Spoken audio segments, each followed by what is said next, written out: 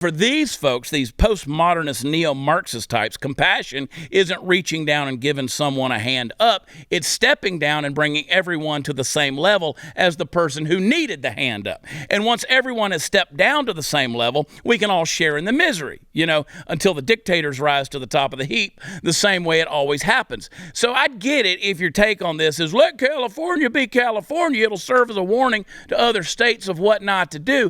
But it seems to me that this rises above that to the level of being a federal issue by dint of the fact that this proposal pretty clearly abrogates the right of association.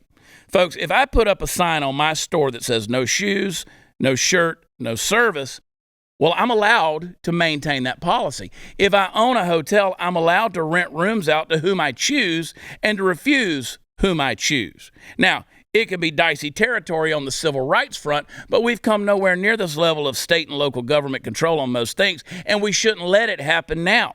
Now, if you're living in Los Angeles and for whatever reason you can't get the hell out of there as fast as your little legs will carry you, please get involved in your local politics and work to change some of this stuff. Look, compassion is wonderful. It is. I believe that. And if you're the type who's willing to risk running your business into the ground so you can help out homeless people, then God bless you.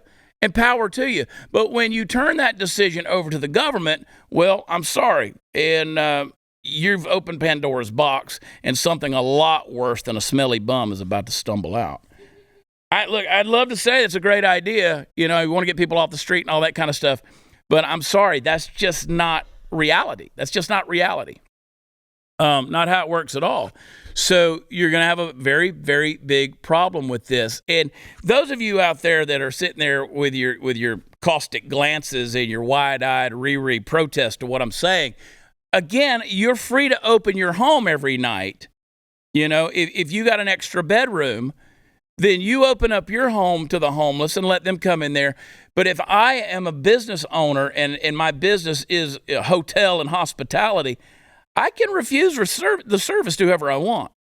And again, I don't know who's coming in there. If the state tells me that somebody, that is all hopped up on bath salts has got to stay in room 213, with the girls, with the sorority that's in town, across the hall, I got a little bit of a problem with some of the scenarios that could go down. But again, it's you can't, you got to wait till the horror story is fully fleshed out and happens before anybody does anything about all this stuff.